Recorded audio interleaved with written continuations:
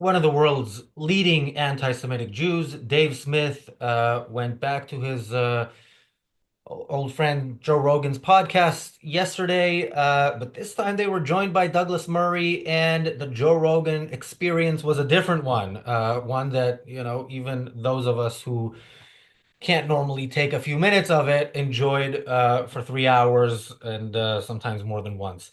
Yeah, this started. We're obviously going to go through a few clips and some of the Israel part, not 3 hours, and then comment on it. But it did start with right away. Douglas Murray tells calls Joe Rogan out on the type of guests he has. I have to say, at some point, he said, "You ask the questions." I'm happy to say the tough questions because the kind of questions that Joe Rogan typically asks is, "Oh my God, really? So it's all the Jews' fault?"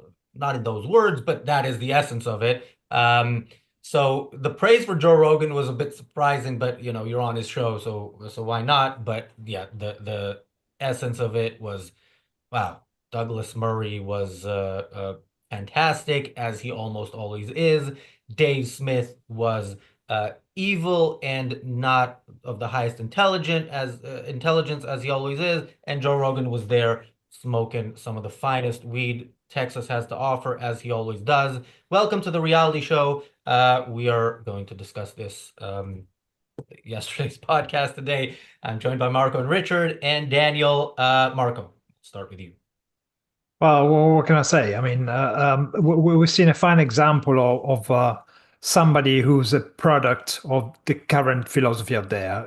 Somebody who's unable to think, who only reacts on concrete, who only acts in terms of feelings, and so it doesn't. It never really makes a meaningful set of connections.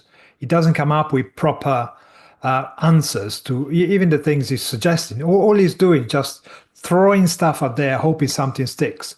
And on the other hand, Murray is good on this particular issue, but even he is not exactly a very well, if you like, integrated person. He hasn't got a proper philosophy worked out. He's right on this particular issue. He's very good at debating on this particular issue. But overall, when you hear him talk about other things, it's like, well, yeah, I wish you were a bit better. But given the landscape out there, I'm quite happy to take it. And we have to suffer this kind of debates because most of the people on the other side just react on the tribalist, pro-Palestinian, pro-Hamas agenda, really, without sometimes without even realize what they're doing, and especially in the case of Smith, because he's a kind of libertarian. He talks about individual rights and stuff like that.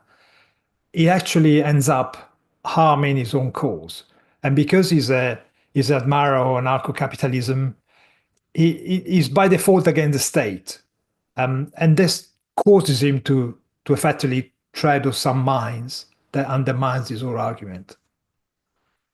Yeah, just quickly on the point that Douglas Murray, yeah, he's wrong on a lot. But as a couple of days ago, we talked about Ian Dale, supposedly one of the biggest supporters of Israel in mainstream media in the UK. So yeah, within the landscape, as you said, Douglas Murray is much better, unfortunately, because we'd like a better landscape. Richard. Yeah, for sure. Now, I'm wondering if I ought to start by apologizing for my British accent, since that seems to rile so many people when it comes to the comments on this show.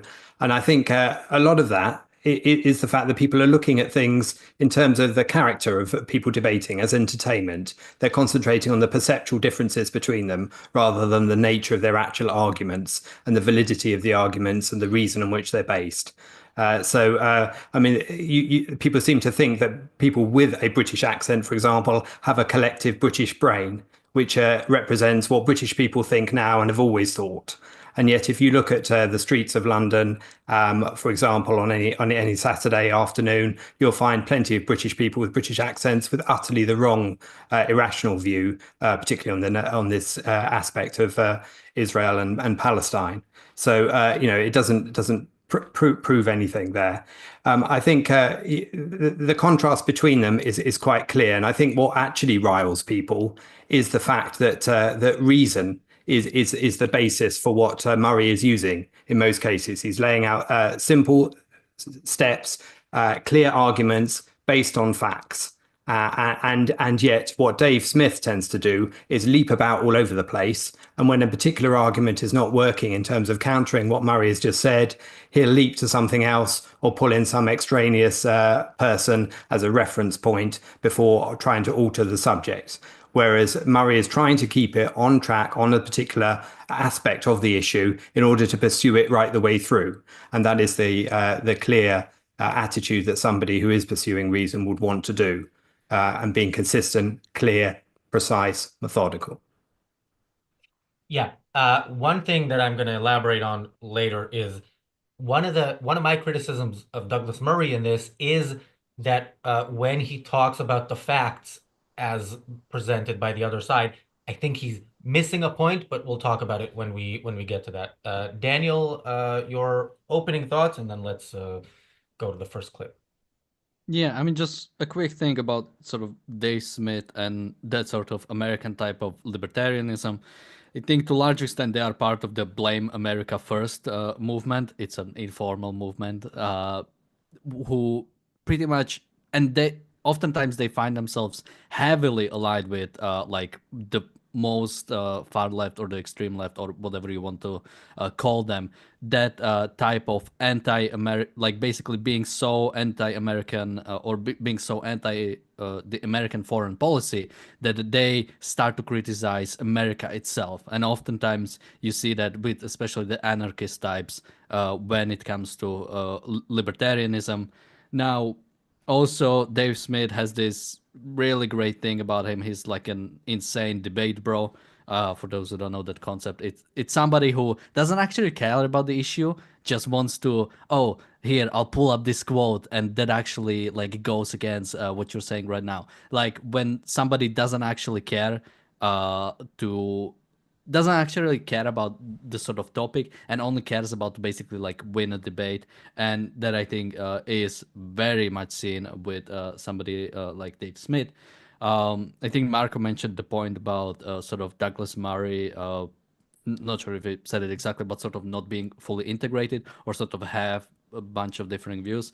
And yeah, while watching this, I noticed sort of a few things that I wished that sort of like Douglas Murray would defend harder. But to a large extent, I'm especially in the last few months, I think I'm really struggling to sort of how to really evaluate people. Like for those who don't know the quote from Ayn Rand, when somebody from her inner circle started criticizing Ludwig von Mises for not being principled enough in some cases, and I think Ayn Rand said something like, "Shut up, he's done enough," or basically like you know, when you have somebody like that, you don't criticize them on little things. And I think to some extent, I think I wouldn't want to speak for Ayn Rand, what she would say, but in some ways I see Douglas Murray maybe in a similar light, that I think because of like how bad the culture right now is, somebody like him is like a positive good. And you know, I really hate the quote when some people say, you know, I don't agree with everything on him, but here is good. I dislike it because, like, you know, the fact that you don't agree with someone shouldn't like take away from their sort of like core thing. And I think when it comes to the core of Douglas Murray, I think it's good. Yeah,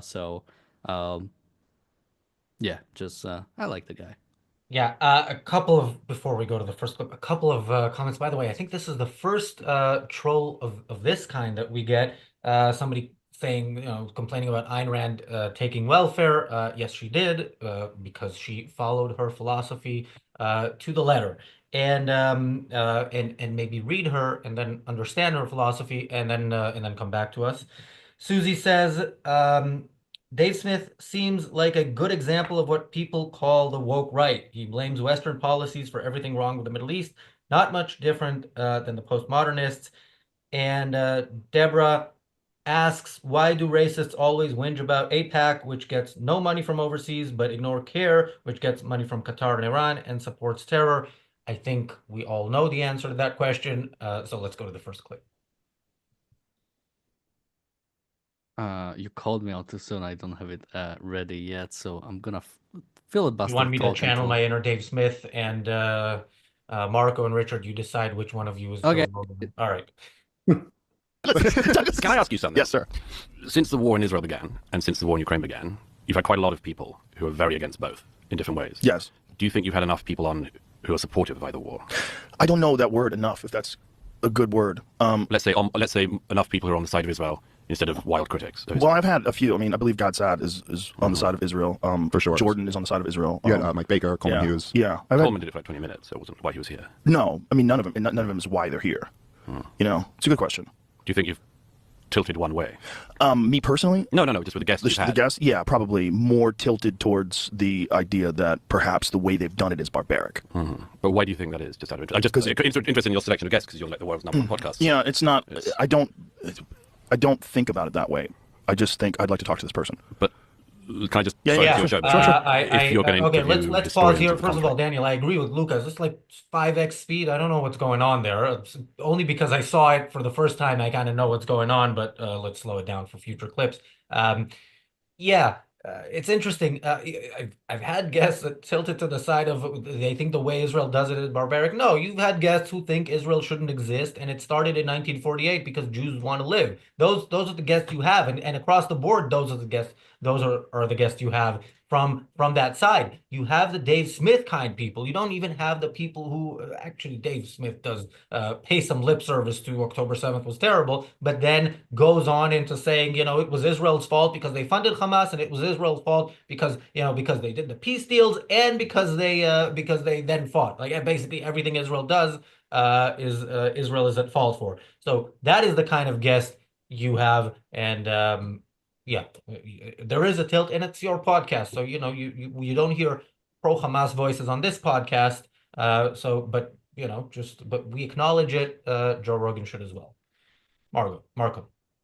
Well, the kind of stuff that Joe Rogan is running, it's really 21st century gladiators arena, isn't it? He's just throwing people in, let them battle out. He doesn't care what the content of the debate is, as long as he drags in people.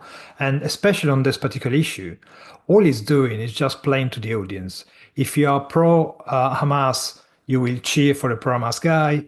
If you are not in favor of Hamas, or if you like the only democratic state in the Middle East, you will come out on the side of the guy who argues against Hamas. But the point is that people come to this kind of thing with the mind already made up. They do not run the kind of intellectual debate designed to explain exactly what goes on. You always have somebody who throws stuff there. As I pointed earlier on, it's more a matter of scattergun approach. One of the people will throw stuff there, and some stuff is picked up, and most of it is not addressed. And it's not the right forum to have an honest conversation. Partly, we've seen with the debate Mark Pellegrino and Dave Smith how he deals with stuff anyway. When he's backed in a corner, he just comes up with something else, changes the topic altogether. So, yeah, I'm not a great fan of this kind of content, to be honest. That's why I'm not really watching it religiously, which probably a good thing for my sanity, really. I think it's interesting when it comes to the topic of Israel as to what is the mainstream. Because if you consider that Joe Rogan is supposed to be countering the mainstream argument, then what is the mainstream argument when it comes to Israel? Because a lot of that defines what the counter to it is. Because if I concentrate on the British media, for example, and look at what it is, it's criticizing Israel all the time. And yet we're supposed to believe that somehow the mainstream is relentlessly pro-Israel, which I don't think is true, even in the US. And we've seen that across academia and the colleges and lots of the demonstrations, etc. I think was Murray right to challenge Joe Rogan on what guests he has on his show? I think he is in the sense that he's a journalist and it's an open question. And even though he's the guest on the show, it's a valid point to say, I am obviously the exception to the standard type of guest that you have on this type of subject. And I offer different views to the other guests that you've had. And I'm curious as to what it is that motivates you to invite them. I think that is a valid open question. And he's encouraging Joe Rogan to state an opinion, which is part of the reason for having, you know, a host on a show as well as the guest, for them to state an opinion. So I think, you know, all of that's valid for Murray to do. It's interesting to see Rogan squirm a bit in terms of not really defending who he has on his show or by what criteria he chooses the people who appear on his show. It's as if the question has never occurred to him as to why do I have the guests I have. And that is quite revealing and speaks to Marco's point that it's just about content for the sake of discussion. Let me quickly go to the super chats. Thank you, Bronx Guy Dunhill Road for the super chat. Thank you, Gail, for the super chat. Thank you, Roland, for the super chat. Roland says, as far as I know, the welfare Mr. Rand took was a social security check. When I withdraw money from my savings account, does that make me a recipient of charity? No, it does not. But it does make you somebody who does something that we can take out of context and then find a way to say that that makes you a bad person because we'd rather not engage with your ideas. So there you go, Daniel. Yeah, I mean, you know, when I heard sort of Douglas Murray call out, funnily enough, about Joe Rogan and Dave Smith on this, I was very glad. And you know, there is this thing about, you know, truth and reality. It's a very beautiful thing because you can never meet somebody and have a connection with them because both of you are sort of being true to reality. And that's what I sort of like see from Douglas Murray, like actually, you know, being able to see exactly what I've been seeing with Joe Rogan and being able to call it out precisely. Because yeah, what Joe Rogan does when he has his sort of one-on-one things, he invites oftentimes, I mean, I used to watch Joe Rogan many years ago. In my defense, I was like 14, so you know, maybe I can be excused. But he oftentimes invited Alex Jones on to like do whatever conspiracy he wants. We covered how he invited Daryl Cooper, again, spread whatever anti-Semitic or sort of Nazi revisionist stuff he wants, and he gets like no pushback. He doesn't get, you know, afterwards, Joe Rogan doesn't get, you know, an actual historian to sort of talk about what is the sort of, you know, the common way to see it.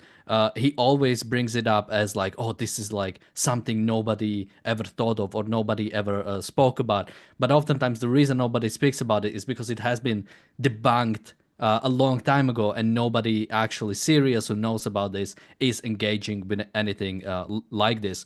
You know, during COVID, he spread all kinds of COVID conspiracies, and you can go on and on again, and he never gets any pushback for it. He gets, you know, whenever he gets even something wrong, he like apologizes for it and then continues to like misrepresent and misinform the people who watch him. Again, he's the #1 podcast and has been for a while, and he simply thinks he has no responsibility to actually like, I feel like I take more care into what I say on our shows than Joe Rogan when it comes to sort of, you know, making sure things are not taken out of context or making sure things will not be taken in a wrong way.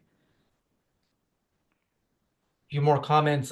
Thank you, PC, for the super chat. PC says, Razi, did I miss your show on Democracy Now, or is it upcoming? We were gonna do this today. This was too nice a moment seeing Dave Smith squirm like that we decided to postpone it. Democracy Now will still be a despicable organization on Monday or Tuesday or whenever we get to it, but we will get to it. They will get what they have coming.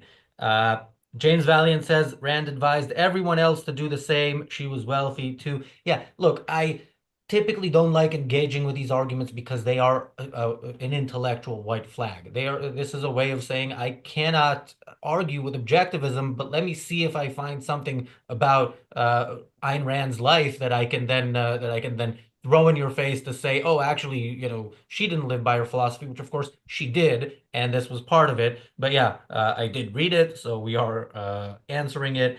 And I mean, just quickly, whenever somebody breaks that out, you can write that person off completely, because that person clearly doesn't, because you're like one Google search away from like understanding the position, either Ayn Rand directly explaining that position, or people who, objectivists who explain that position. So somebody who says that, clearly just found one thing and never actually bothered to look into anything. yeah, and this is the last thing I'll say on the topic. The essay she wrote, I think it's like 3 pages or something. The question of scholarships or something similar. That's the title. That is, an essay that's easy to find. It might be free online, and where she answers this question, but she didn't actually have to write that essay for this to be a clear issue. But clear only to people who are interested in studying her philosophy. And again, something that people will use out of context if they want to, as they will do with everything. Susie says Dave Smith has a very emotional way of arguing. It's effective if you don't listen to what he's actually saying, I suppose. Yes, Dave Smith, like many on this side, is not targeting, his target audience are not the best and brightest. His target audience are people who will buy whatever it is that he sells in the way he sells it. Somebody said in the chat, if Joe Rogan and any of his experts were actually in Israel on October 7th, they would know what barbaric means. And this is actually what my problem was later on in this, and I'll address it a little bit. No. Hamas live streamed themselves. We all saw it. You don't have to be there. You can see it, and you can listen to what they say about who they are, and you can see what they show about who they are. And so this is not a question of facts. It is a question of values. So when you start arguing facts with these people, yes, many of their claims are factual claims, completely false factual claims when it comes to death toll, when it comes to famine, apartheid, whatever it is that they throw. Did we lose Razi? Yes, it looks that way. Like.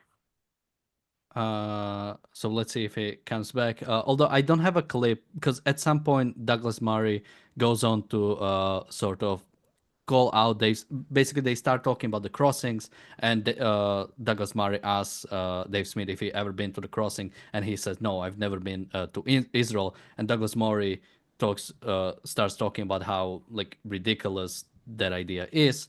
So Raz is back. I'm gonna finish my point, because then would have to go back, and then they started arguing, well, what, can you not talk about something unless you're there, which I don't know what you guys, I kind of understand Douglas Murray's point. It's not necessarily that you cannot speak about anything unless you have been there, but the idea that somebody like Dave Smith, again, he talks about Israel like every single day, and the idea that you would never have a desire to go there, I think sort of spokes about how much you actually value something. Because, to go on the internet with no information, with no sources, and talk about it every day is pretty easy. But actually, caring about something, actually properly researching something takes effort, which if somebody doesn't do, I think it tells you something about sort of their sense of how much they actually care about something. That's why I want to go to Israel at some point. That's why I want to go to Ukraine at some point, which is pretty close. I'm just kind of afraid. And I don't know what specifically would I go for there. Okay, when we get to that point, I'll say why I disagree. We don't have I don't have a clip for that.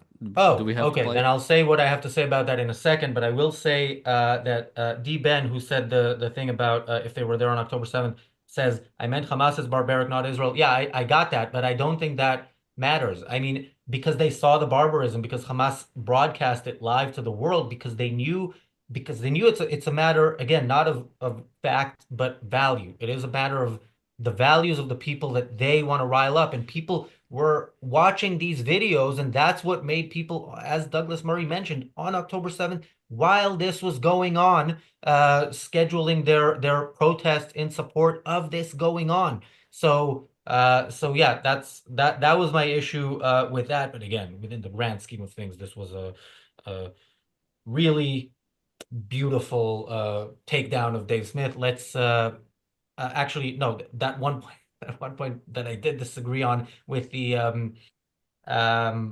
you have to be there.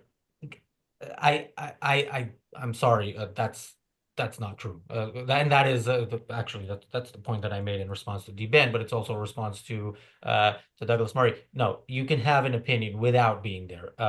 And Yeah, just to come in defense of Douglas Murray, he wasn't saying you have to be there. He was saying the sort of the idea that you talk about something, you care about something, and you never bother to even go there is sort of, for him, it's sort of like mind-boggling, or it's like a weird thing.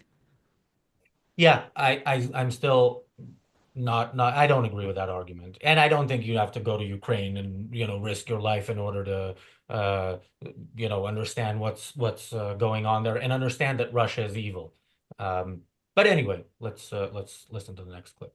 Well, Marco, want to say anything on that point?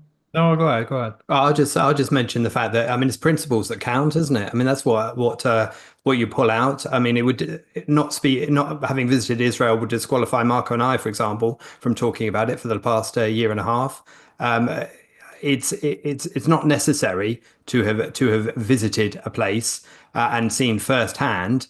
If you're a journalist and you're reporting directly on the events, then that is necessary. That is the best way, let's put it that way, the best way of reporting on the actual current events of a given location. And of course, Murray does cross into that category of profession, doesn't he? He is part journalist, part commentator. So I guess he's coming at it from that point of view. But what really counts in terms of deciding whether you're in favor of Israel or Ukraine, or what your opinion of the nature of the key conflicts are, is based on your principles and the values that inform them. Yeah, and it was a point, I think, on journalism. And yeah, of course, we know even if journalists want to, no journalists are allowed in Gaza, and also more journalists have been killed in Gaza than in all of history combined. Thank you, PC, for the super chat. PC says Razi was worried. I was worried Mr. Freeze found you. LOL joke. Yeah, I never know when the internet freezes, if it's temporary or if this is the end. Thank you, Knows Too Much, for the super chat. Knows Too Much says the amount of mindless drones in the comments of Joe's podcast who willfully ignore, strawman, or fail to understand any of Douglas's points or counter arguments is alarming, but not surprising. Yes, 100%. Let's listen to the next clip. But in many ways, I do view him as the chief villain, as my hyperbolic, provocative statement. But he said joking. In the comment, he goes, listen, I'm being hyperbolic. And then he once again disclaimed, he goes, and I'm not claiming Churchill committed the most atrocities or was the worst part. But in many ways, I do view him as the chief villain, as my hyperbolic, provocative statement. But what's Douglas, the point of that? Well, okay, but Pat Buchanan wrote an entire book on this. Is he not allowed? Is he not an expert? Is he not allowed to be He's interviewed? certainly not an expert. He can be interviewed. I've watched Pat Buchanan debate. I watched Pat Buchanan debate against Churchill historians, and he was absolutely leveled because he doesn't know what he's talking about. When did Pat Buchanan debate and get leveled? About 20 years ago. I'm just He curious. debated against Andrew Roberts and several other historians at the Intelligence Squared in London. I was there. He didn't know what he was talking about. He had a contrary view, and it was interesting and stimulating to hear. But if you only get the contrary view, which is, isn't it fun if we all pretend Churchill was the bad guy of the 20th century? At some point, you're going to lead people down a path where they think that's the view. And that's horse shit of the most profound kind. I don't think that's Right. Daniel. Yeah, I mean, here they were talking about Daryl Cooper, historian. I don't know now, because apparently he doesn't call himself historian. He does seem to talk about history a lot for somebody, and does seem to sort of like present a point of view a bit too much for somebody who doesn't call himself a historian, which is the exact point Douglas Murray was taking. You have this guy, and Joe Rogan and Dave Smith talk about him, like, he has this like 30 hours podcast, talking about World War II, talking about the founding of Israel. And it's like, but he's not a historian. He's not trying. So what is the entertainment? Is that what we're supposed to get out of him? And people can go look into all the episodes where we talked about Daryl Cooper, where he has this straight up Nazi revisionism, this idea that Nazis were not prepared for the Soviet invasion, so they had to commit a genocide because it was actually more humane to commit genocide than do something different with the prisoners of war. He of course talks about how Churchill and sort of the Allied bombings of German cities, how that was actually the sort of the war crimes of World War II. How it was actually the Allies who started with the bombing of German cities, and all that. Again, something that has been debunked a long time ago, and the reason why it's not part of the sort of the mainstream discussion is because we no longer think like that's the same reason why sort of the shape of the earth is no longer part of the mainstream discussion. It's because we know how it looks. We're done. We're good to go. We had enough conversations about this sort of thing to sort of be able to actually move from there and talk about something different. And Dave Smith's response is, well, can I not talk about this? Which again is like the most like idiotic thing, is that as soon as you start criticizing someone for having a certain opinion, they just try to say, whoa, freedom of speech, man, can I not talk about this, man? It's like when you start like talking BS, yeah, I'll call you out on this. Yeah, he did say that quite a few times. Oh, why can't I talk about this? Yeah, nobody was suggesting calling the cops on you. And I want these people to talk more, because especially when they talk about World War II, because it shows it shows kind of a more holistic picture of who they really are, as opposed to, oh, maybe they only care about women and children and dying in Gaza and stuff like that. And no, they are just evil. They are evil across the board, and they want to see evildoers win, which is why, of course, Dave Smith is also a Russia apologist. Lucas says in the chat, let's not forget that the likes of Smith have been attacking Israel from October 8th, while IDF invaded Gaza and effectively started the war many weeks later. So this is simple anti-Semitism. Yes, although the IDF was bombing Gaza from October 7th, and this is why within days we would hear things like, oh, there's a genocide going on, and they're not, and it wasn't in reference to what Hamas was doing.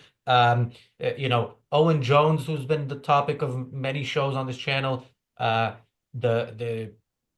I think the first video he did about this was October 9th, and it was titled Palestinian Lives Matter. And so yeah, this as soon as a bomb was dropped, that's when they had a problem with something that happened, and the problem was Jews. Some Jews just won't march to the gas chambers as we expect them to. We lost Marco and Richard, who were going to be next. Should we go into the next clip, Daniel? Yeah, do you want to just start going through the Israel part, or I have one sort of 5-minute longer clip where they talk about the blockade, which I think is pretty good when it comes to. Yeah, let's play this one. All right, let me just say, Lucas says, so Hamas rockets don't count. I see. Well, that's when, when these people talk about, oh, you know what, October 7th really was terrible, but, the death toll is so much higher that it's this, what Israel doing is this times this times as bad, whatever the death toll, is compared, the Gaza one compared to Israel. And yeah, the rockets don't. I've been in conversations. I remember a conversation many years ago with somebody in London who said, "Well, Israel has Iron Dome, so they shouldn't do anything about the rockets." So yeah, that is that side. Do we have Marco and Richard back? And if so, Marco. If not, we will go to the next clip. I have like like again, as with many things, these sort of views have already been covered by Prime Minister. And my favorite, one of my favorite clips is when they talk about sort of, you said about the bombs, and well, Israel has the ability to like defend itself better, so it's a different thing. And they covered this exactly in Yes, Prime Minister. There was a scene where they talked about that Israel is going to be condemned for bombing PLO. And the prime minister was like asking, why are we condemning Israel? Well, Israel bombed PLO. Well, PLO bombed them first. Yeah, but Israel has bigger bombs. And that's the kind of thing you are actually getting, is the fact that Israel is able, and this is exactly what it is, sort of the hatred of the good, because Israel is able to defend itself, because Israel is able with the Iron Dome, or because Israel is able to push offensive at several fronts, into Syria, into Lebanon, into Gaza, while holding West Bank and attacking the Houthis and attacking Iranians, that makes them bad. Doesn't matter that all of these are dictatorships that deserve to get destroyed or occupied, because Israel has the ability, because Israel is able, that makes them disqualifiable. Marco, Sorry, it was a question. any comments on whatever the last clip was? I don't think you two commented on the clip, right? So I'm afraid where to come back because our computer seems to be crapping up again. Sorry about that. All right, let's go to the next clip. There's enough to comment on there. And oh, okay, they left again. All right, Daniel, let's go to the next clip. This one's 5 minutes, so when you want to comment, just stop me. Okay.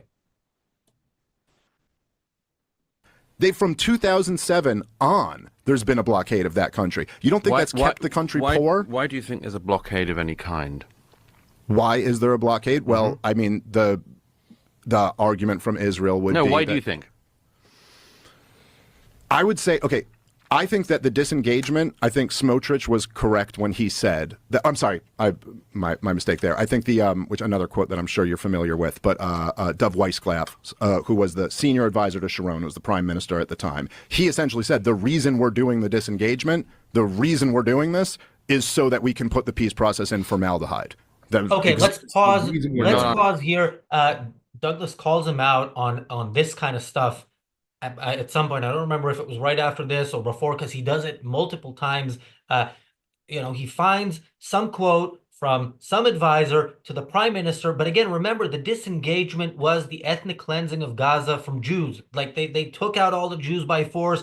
They took out the military. They left everything to Gazans, like actual agricultural stuff that they could have used, which of course they destroyed because it was all Jewy. And that is who the Palestinians is. The Palestinians. How they dealt with the post-disengagement Gaza tells you what you need to know. They voted for Hamas, and they spent the rest of the time, the 20 years since, terrorizing more and more of the Israeli population with rockets, and ultimately doing October 7th. And it's interesting, he talks about a blockade. Palestinians were working, people from Gaza, thousands were working in Israel, had work permits, went into Israel every day to work, and turns out many of them also mapped out some of the kibbutzim where the slaughter happened. That's why there's a blockade, Dave Smith, because even with a blockade, they managed to get in weapons, they managed to get out of there to murder Jews, and imagine what they would have had there not been a blockade, as Dave Smith would have wanted. But yeah, back to the main point. The disengagement was a step towards supposed peace with the Palestinians. It was a capitulation because that basically meant Israel is saying, yes, it's our fault there is no peace. We're the occupiers. We're going to end the occupation, and then there will be peace. And the result of the end of the occupation was murder of Israelis, and hopefully Israel actually learned the lesson from that. Daniel. Yeah, I mean, again, when it comes to sort of the blockade of Gaza, and somebody in the chat, I think, has said that What was it? Disproportional blockades to reduce a country's GDP isn't a peaceful tactic to induce peace either. Hard to argue with the numbers from the banks. Gazans have no desire to have economic growth. I don't know how to tell you this. They have no desire. Like, they go to work in Israel because there's no work in Gaza. There is nothing to do.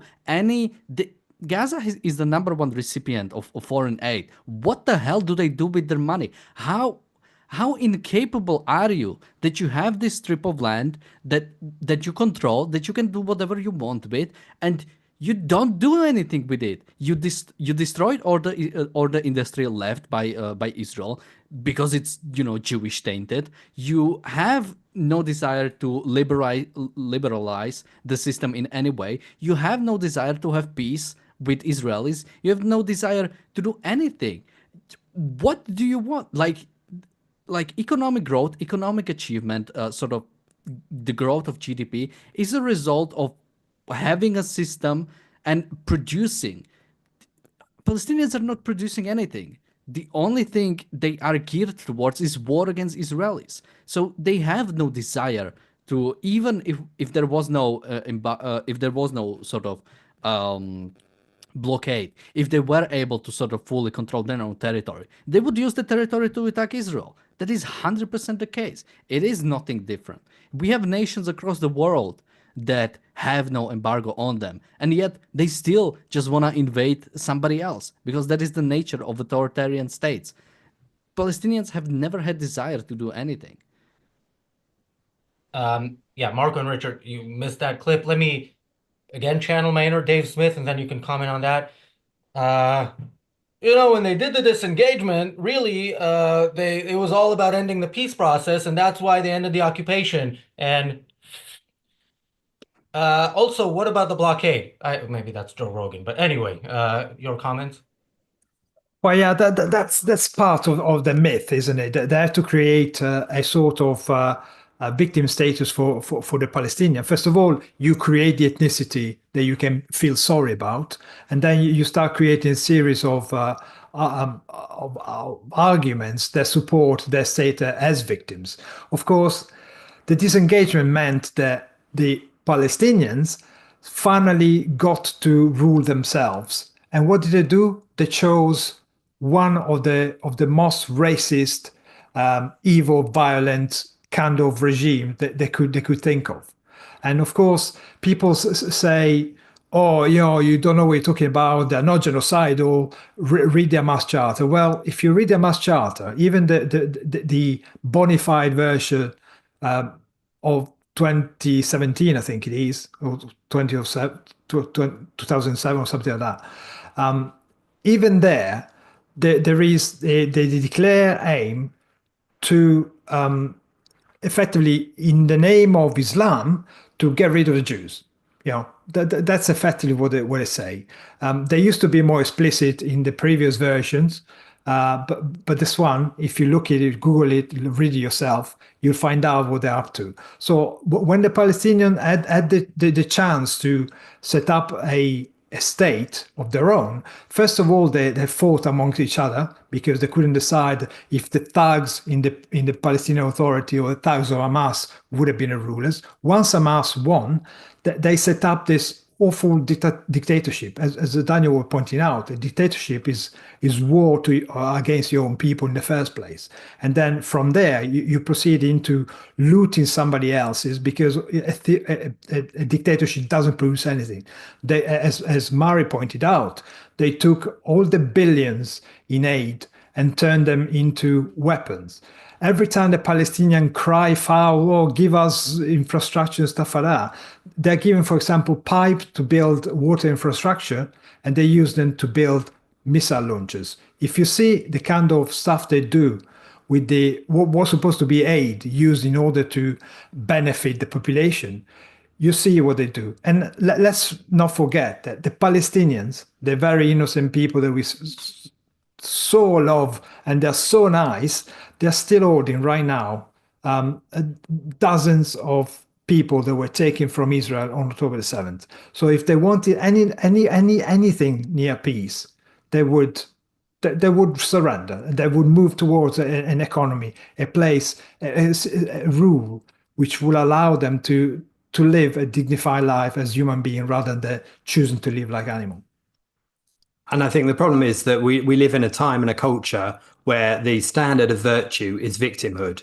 And that's what puts the Palestinians viewed from this mistaken notion of oppression at the top of this pyramid and defended by people like Dave Smith, who also use the notion of victimhood and claim that they're being censored and that their free speech is being violated and their chance to speak is somehow curtailed, again, using the same virtue of victimhood as the standard of their argument. I think this is what brings me to the second point that I wanted to mention to tie a bunch of things together, including those mentioned a little while ago, just before we froze and disappeared, which related to Churchill, for example, and the fundamental nature of judging a person. What is the key fundamental characteristic of the person? What's their ideology based on? Whether you're analysing Churchill or you're analysing Hamas, you've got to pull out the key relevant element of the ideology that informs everything of their attitudes and actions. So taking the fallibility of any human, a mistake that they might have made, and making that the defining element of them, in terms of, Churchill, taking half a sentence out of a biography of Churchill and making that your entire argument about the nature of the man himself, is to miss the fundamental willfully.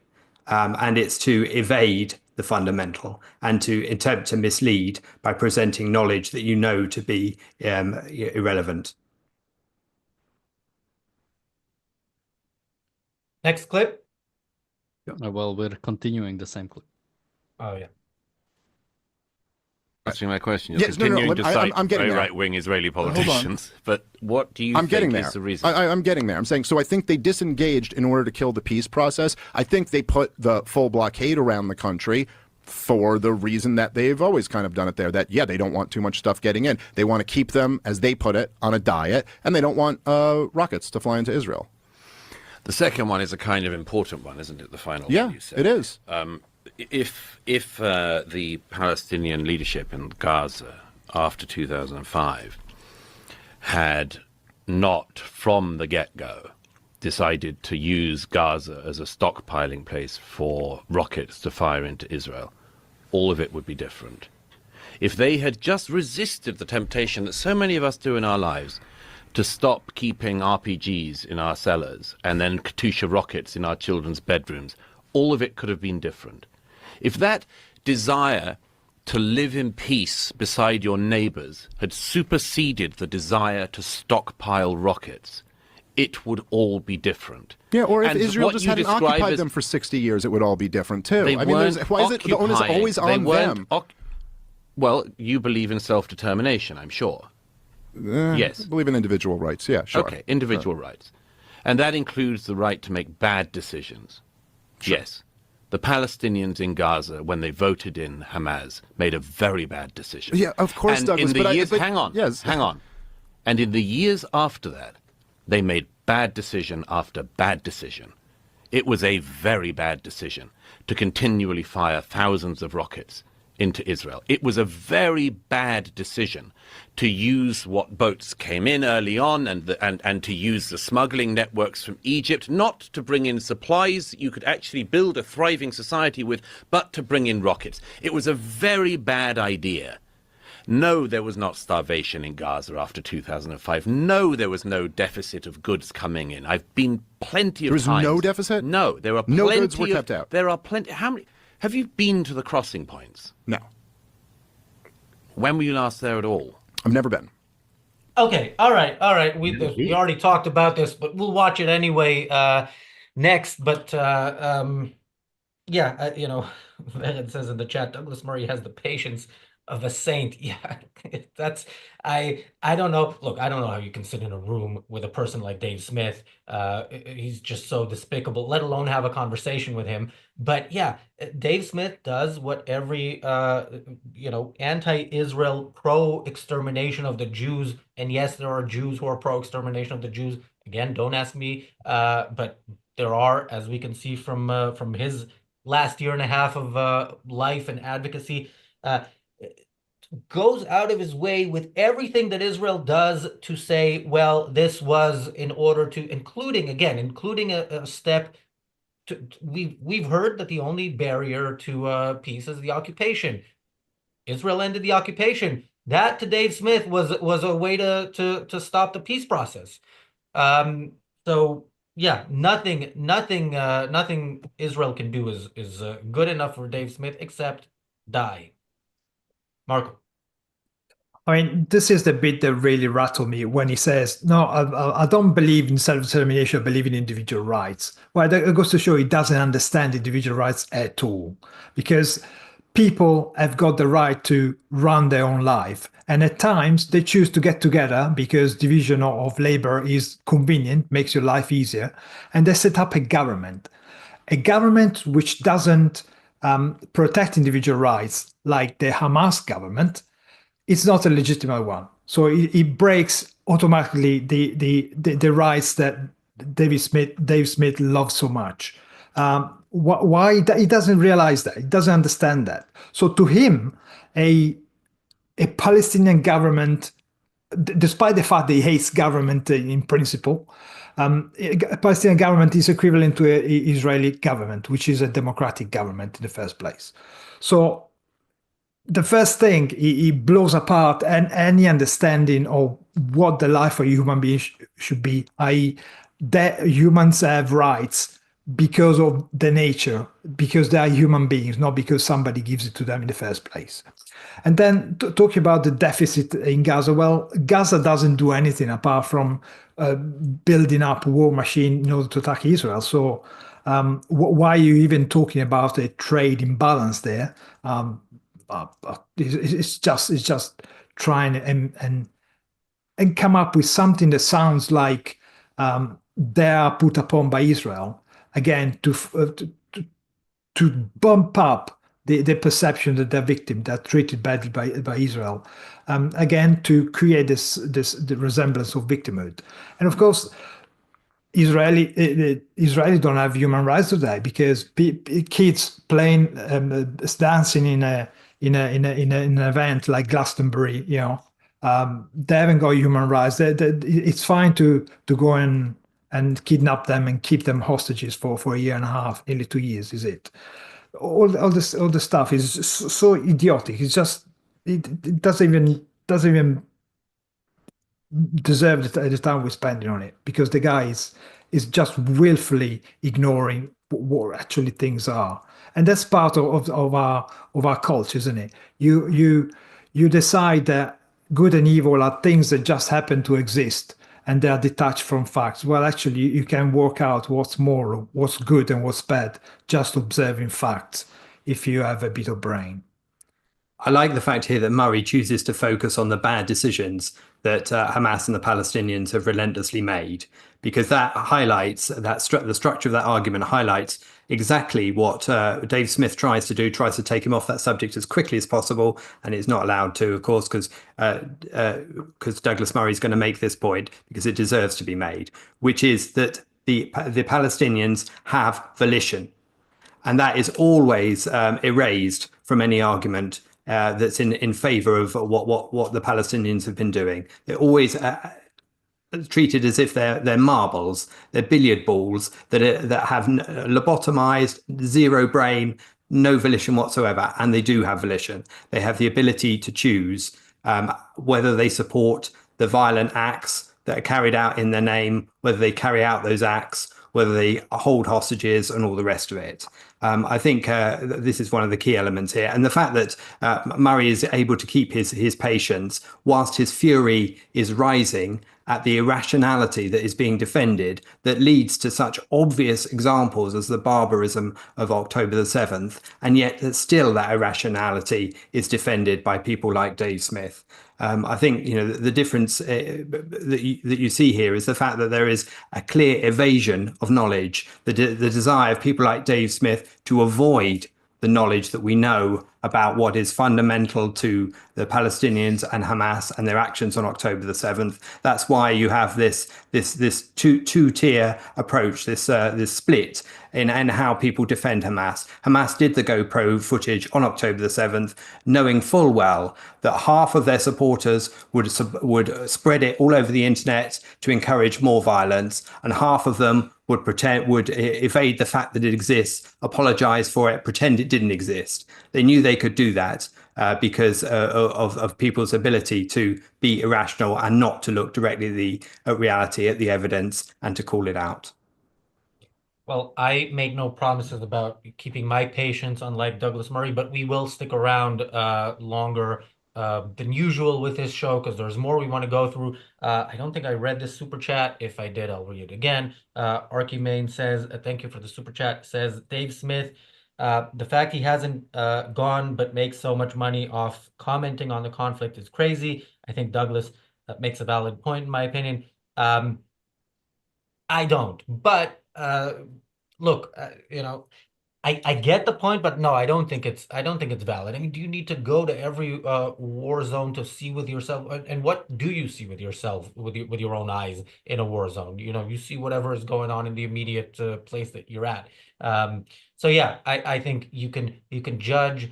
And the problem there is also it's like I said, it's less an issue of the facts on the ground, which is why they always like to get bogged down in all these details of every little battle or place where somebody dies, rather than discuss values. Because if you discuss the values by which they are led to support the Palestinians, you will uncover some really disgusting stuff. And so they'd rather count the dead, see who has more dead, and then say, okay, that side is the victim. Thank you, Bronx Guy Gun Hill Road, for the super chat. I think I didn't miss any, hopefully. Daniel. Yeah, there's one specific thing I want to point out when Dave Smith says, he believes in individual rights, which of course, because he's an anarchist, he doesn't actually have ability to actually properly, well, he doesn't understand individual rights altogether. I mean, his view is the view of most, I think, libertarians and most particularly anarchists, this idea that rights are natural, that this is sort of like a phenomenon that exists somewhere in nature, or that humans have always had it. And so sort of he can say that Palestinians have rights, or this any idea.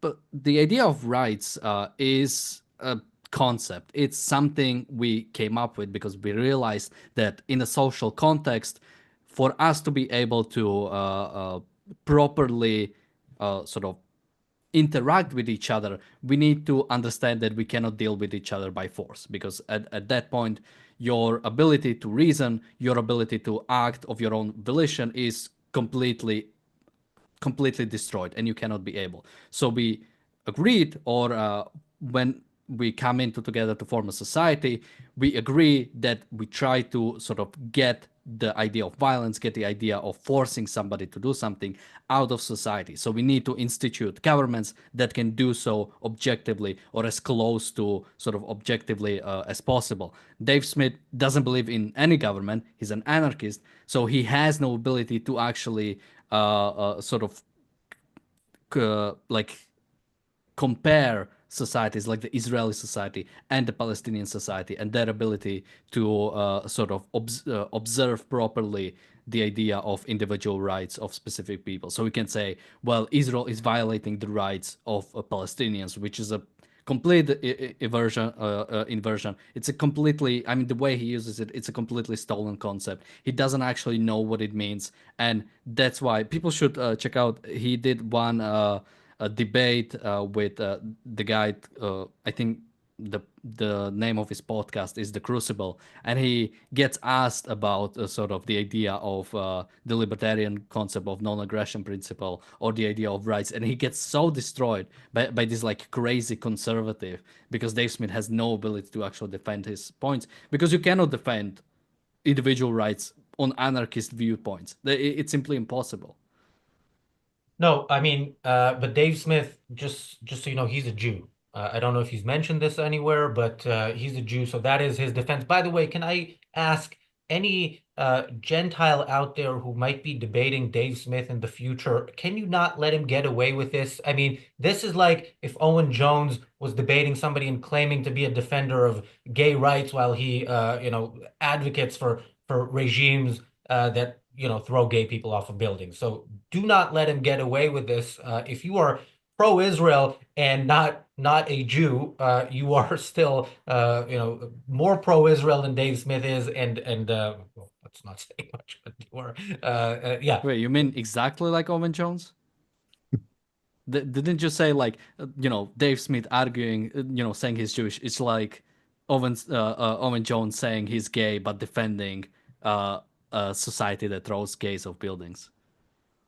Yes. Why? What did I get wrong there? Because he said it's like if Owen Jones was doing that. Well, he is doing He that. is doing that. Oh yeah. That's what I meant. Also, welcome to all our many new people in the chat, and to our regulars. There are many people in the chat who are explaining to us why Israel is actually the bad guy, why actually it was Dave Smith who schooled Douglas Murray, and they're helping with the algorithm, as can you if you go ahead and argue with them. I haven't read it yet, but I saw who sent the last super chat, and it is a troll. So I'm going to scroll down during the next clip, read it. I'm going to take a wild guess, and I swear I haven't looked at it yet. I'm going to take a wild guess. This is not a super chat that we're going to read, but once I get to it, am I correct, Daniel? Oh, I haven't read it. All right, let's go to the next clip, and I'll supply. Well, what do you want to play? Do you want to play the rest of it where Douglas Murray goes into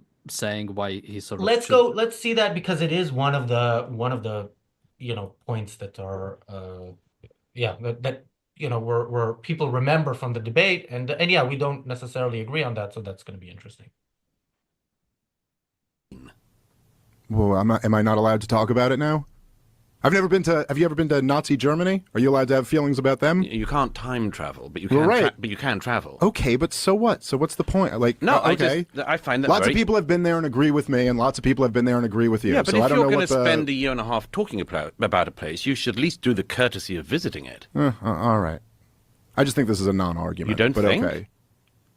No, I think it's a non-argument. But if you're an Will you have to go and touch the ground? No, I think you have to see. I think it's a good idea to see stuff, particularly if you spend a career talking about something. Yes, I have a journalistic rule of trying never to talk about a country, even in passing, unless I've at least been there.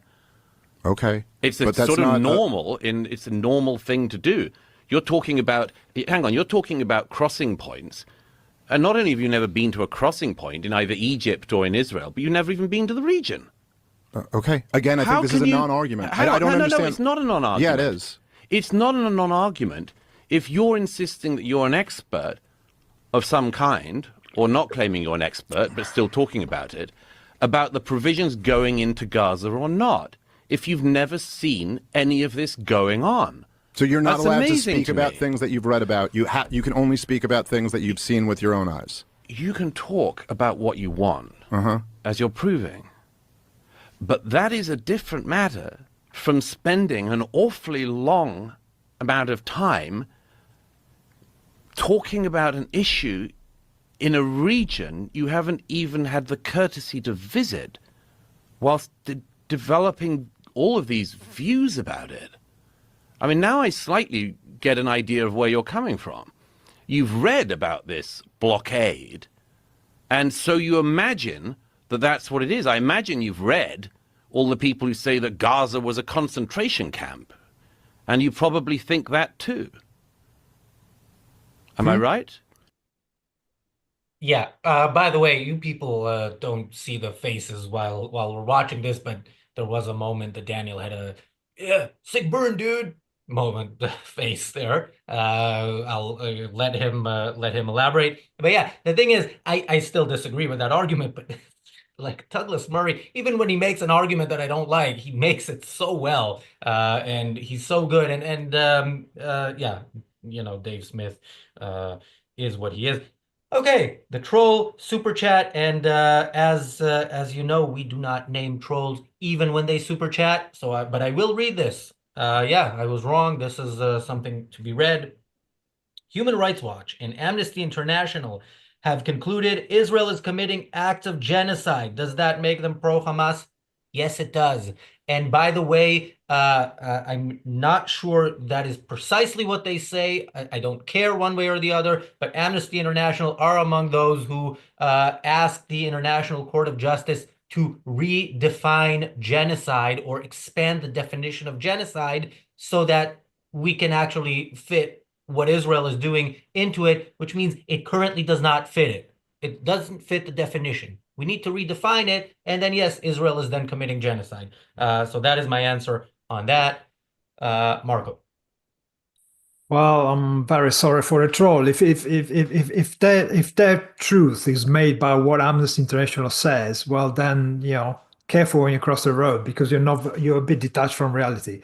But this all the clips we've just seen, it's Murray. He does this quite a lot actually, and it really annoys me because I'm pretty sure none of us have been on the moon, but we all know that it's quite dusty, full of rocks, and the gravity is about a quarter of Earth's.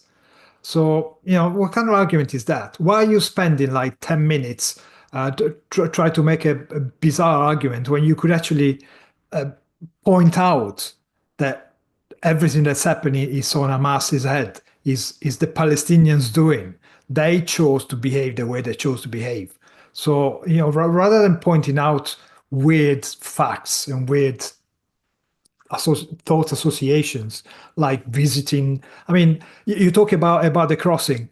How about mentioning that the innocent Palestinian built a massive tunnel through the crossing in Rafah, through which they were smuggling, a big tunnel enough to get trucks through which they were smuggling weapons from Egypt. So come on, there are more serious issues you can focus on rather than wasting time on these peripheral arguments. Yeah, I mean, I'm not a fan of this argument either, to be honest, because I mean, you don't need to visit the aftermath of a ransacked shop in your own high street to know that theft, vandalism, shoplifting is bad. You know it from the principle. You know it from the principle of the ownership of property, for example. And in the case of this particular argument, what you're talking about is you need to understand how the crossings work. You need to understand why they exist. You need to understand what the purpose is in checking people passing through them and how it operates in terms of people in whether it's the West Bank or in Gaza who work in other areas and pass through them regularly or were doing so prior to October the 7th. I think those are the key elements, is understanding the full context of what you're talking about and the evidence on which it's based. It doesn't need to be necessarily visited firsthand, but you need to verify the validity of that evidence, and you need to know what the sources are, how dependable they are, and of course, you need to compare those sources with how dependable they are on other issues, so that it's integrated with the other things that they talk about. Otherwise, you're not going to be able to make a valid case for the argument you're making. But to necessarily insist on visiting, you're pointing out that he doesn't have sufficient information to make his case. That is a valid argument. To say you've had to have set foot or been given a tour by whoever, because of course that is relevant as well, who you're shown round by, and your freedom to move about and your ability to assess fully the context of what you're looking at, will also require you to look wider than your eyes can in any given moment. Otherwise, you could simply be shown a bunch of pictures, and that would give you the emotional response that would define your reaction, which is how many people react, but that's not going to get you to a reasoned, rational response that makes sense. Daniel. Yeah, I'm gonna defend Douglas Murray. I like his empiricist build, sort of like, you have to go there. First, Kuzrazi said about like sick burn. I was actually, I couldn't even remember what he said, but Douglas Murray said like, you can talk about what you want, as you have proven, which I didn't remember, and I found it quite funny. Now I think when it comes to sort of this, again, I don't think, I mean, Douglas Murray, maybe he will say about this again at some point. But I think it's more about like speaking to the values of the other person. Like somebody like Dave Smith clearly cares about this issue, but again, sort of like has no desire to sort of like visit that. That I think is sort of weird. It's similar to, you know, I'm for Israel, you know, actually finishing the job, and I'm for Ukraine to defend itself. When we had the at some point, our government has decided to no longer support Ukrainians when it comes to munitions, so people started actually doing a voluntary funding of the Ukrainian, and we managed, like the citizens of Slovakia managed to get around like few millions for to buy munition for Ukraine, and I supported it because again, I actually believe it, and I actually want to put sort of my ideas into reality in some way. That I mean, in some way, me even speaking out about it sort of proves that. And sort of, yeah, I think it's a right thing to call out that somebody who has values in a certain way but doesn't take any sort of concrete actions towards those values. I think somebody like that doesn't take life seriously. That's what I would say first and foremost. And I think somebody like Dave Smith doesn't actually care about anything really. So he doesn't actually take any concrete steps when it comes to doing something. So I think that will be sort of my best case understanding of Douglas's Murray's points.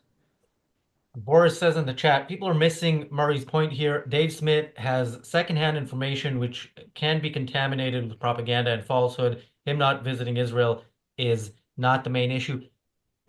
Yeah, I do get that. But for example, you know, again, you can apply this to Iran. We spoke on the Daily Objective about Iran. I'd love to visit Iran, but some changes would have to happen before I do that. So yeah, I don't think that's the best. That's the best argument, especially again from a Douglas Murray. And then somebody says Dave Smith is not a journalist. Why would he need to go to a war zone? Which is, you know, I guess a valid point. Next clip or the rest of the clip? That was the end of the clip. Oh, all right. Final thoughts, Marco? Yeah, there was another bit where Dave Smith was complaining with Douglas Murray about the fact that people are usually shut down by being called anti-Semitic and pro-Hamas. They're not pro-Hamas. They just love the Palestinians. Well, if you're so dumb, you don't see the difference between Israel and the Palestinians, Israel and Hamas. Well, you know, if you don't want to be called anti-Semitic and pro-Hamas, don't support Hamas. Don't be anti-Semitic. It's pretty straightforward. It doesn't take much. I don't understand why people are unable to see that Hamas is the government of Gaza, of the Palestinian. The government voted by the Palestinian because it was an anti-Semitic charter that they were pushing. So people still support that against Israel, but at the same time, they are able to make the stretch that Putin is the aggressor in the Ukraine-Russia war. And anyway, any government which invades another government, who causes effectively causes a war, starts a war against another country, is the aggressor. I mean, it doesn't take any historical context or much knowledge about it. Russia and Hamas chose to attack Ukraine and Israel, respectively. So where's the confusion there? I really don't understand why these people manage to miss the point. They still come on the side of the attacker. If you support Putin, if you support Hamas, well, perhaps you should have a good look at yourself. I think in a lot of the comments that I read in relation to people responding to this Joe Rogan interview, lots of people talking about the fact that they characterize Murray's position as being that experts are the gatekeepers of truth.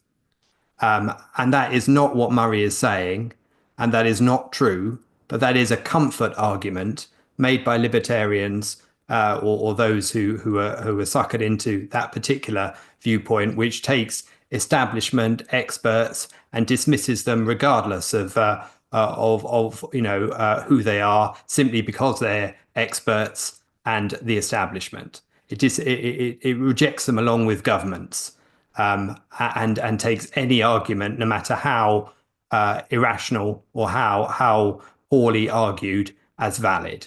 And that is a problem, because as Rand pointed out, it's reality that's the final arbiter in this, and the expert needs to be reflecting reality in the argument he makes, and any amateur who's commenting needs to be doing their very best to reflect the reality of the argument based on the facts that they can acquire and seek to acquire where they have a level of ignorance that doesn't allow them to speak to match the authority of what they're claiming when they do speak. Thank you, PC, for the super chat. PC says, I hope the lawyer's firm gets closed down. I am assuming that that's not a possibility. Otherwise, they wouldn't have done this. But we might do a show with Matthew on this to understand what the law is around it. We never got around to the whole thing. I after October 7th, I did a show with Ayman. Why do Muslims hate the Jews or something like that? And I think at some point I'd like to do a show. Why do gay men hate bisexuals? Because that came up in the thing. We never got to that, but it's an interesting question, which we will have to address some other day. Yeah, a couple of people in the chat said supporting Hamas is not supporting supporting the Palestinians is not supporting Hamas.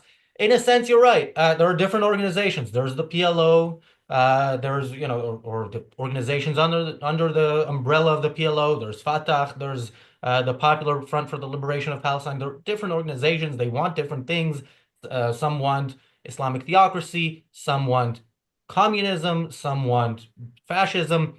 They all want some form of totalitarianism, but what they're all 100% united behind is the idea that the Jews need to be exterminated, or if we're going to be really nice to them, we take over the place and they can live as slaves of the Muslims. Like literally, that's in I think in the Hamas charter. So yeah, supporting the Palestinians is supporting the extermination of the Jews. That is what it means. Remember, on October 7th, Hamas started the attack. The Palestinian people joined. Just random people went in and killed and took hostages. And those who didn't took to the streets to celebrate. What we didn't see one single person do is oppose it on principle, saying this is evil, we should not be doing this. That we had seen in horrible regimes in the past. We had seen people risk their life to do that, including in Nazi Germany. We haven't seen a single person to this day do that in Gaza. We've seen some protests a year and a half into a war by people who are uncomfortable in tents saying, can we stop this because we are uncomfortable in tents? That is all we've seen. So yes, if you support the Palestinians, you are evil. And I think you know this, which is why you're here trolling us in the chat. At some point, Dave Smith talks about the whole thing. This started in 1948. We've talked about that as well, but we are going to talk about it in depth in another episode that I expect will be longer than an hour. The reality show next Wednesday. Make sure you tune into that. We will schedule it soon. You can go preemptively like it, share it, and so on. We will talk about I think the title is Debunking the Nakba. So yeah, make sure you are there live if you can on Wednesday in the chat to help us with the algorithm. And what else? Tomorrow I'm joined on the Daily Objective by Mark Pellegrino, who hasn't been on for a while. Daniel, parting thoughts, and where can people find more from you? Well, first, I think Marco mentioned about the Dave Smith said that when you have certain ideas, they get shut down. Some ideas should be shut down. Some ideas should simply not be sort of acceptable thing to say in a polite society. Any sort of Holocaust denialism or Nazi revisionism, people who try to do that should, as far as I'm not government, but individuals should pretty much refuse to deal with those people in any way, and those people should starve on the streets. I mean, there are certain ideas that are so far gone that those people should not be able to feed themselves normally, again, without the government force. Now, the idea that supporting Palestinians isn't supporting Hamas. I mean, these people have some sort of like Plato's Palestinian in their minds.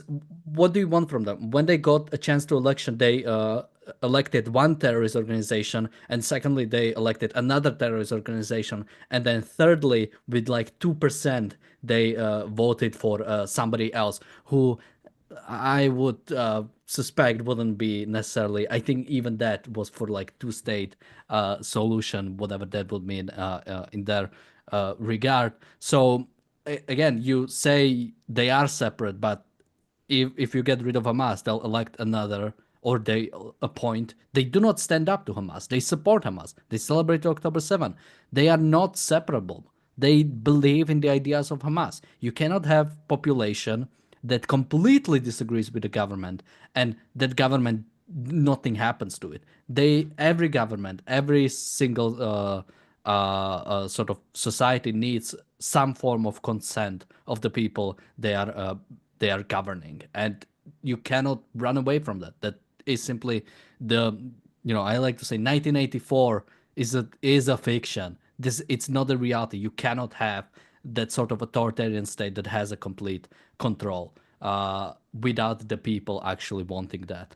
And just a sort of funny thing about, because I wanted to mention this at some point, this idea of like Dave Smith sharing a bunch of conspiracies, and I'm just asking questions. A funny thing happened specifically in Slovakia, where we had the government we had right now during COVID. They were like sharing a lot of like COVID conspiracies, and attracted that sort of like COVID conspiracy crowd.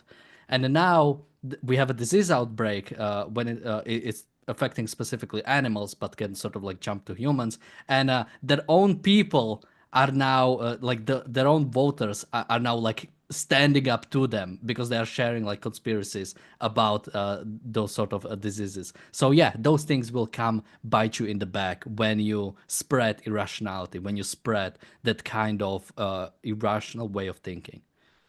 Yeah, and interestingly, by the way, Trump's massive tent includes all three of the people in this on this show, which is also it makes you wonder where this movement is going to go, which side is going to win within it, and it's for me it's mostly scary, but maybe some are optimistic that the more rational within that movement can somehow make an impact. Thank you, PC, for the super chat. PC says, Razi, I once was pro-Palestine in the year 2000, and before then I woke up.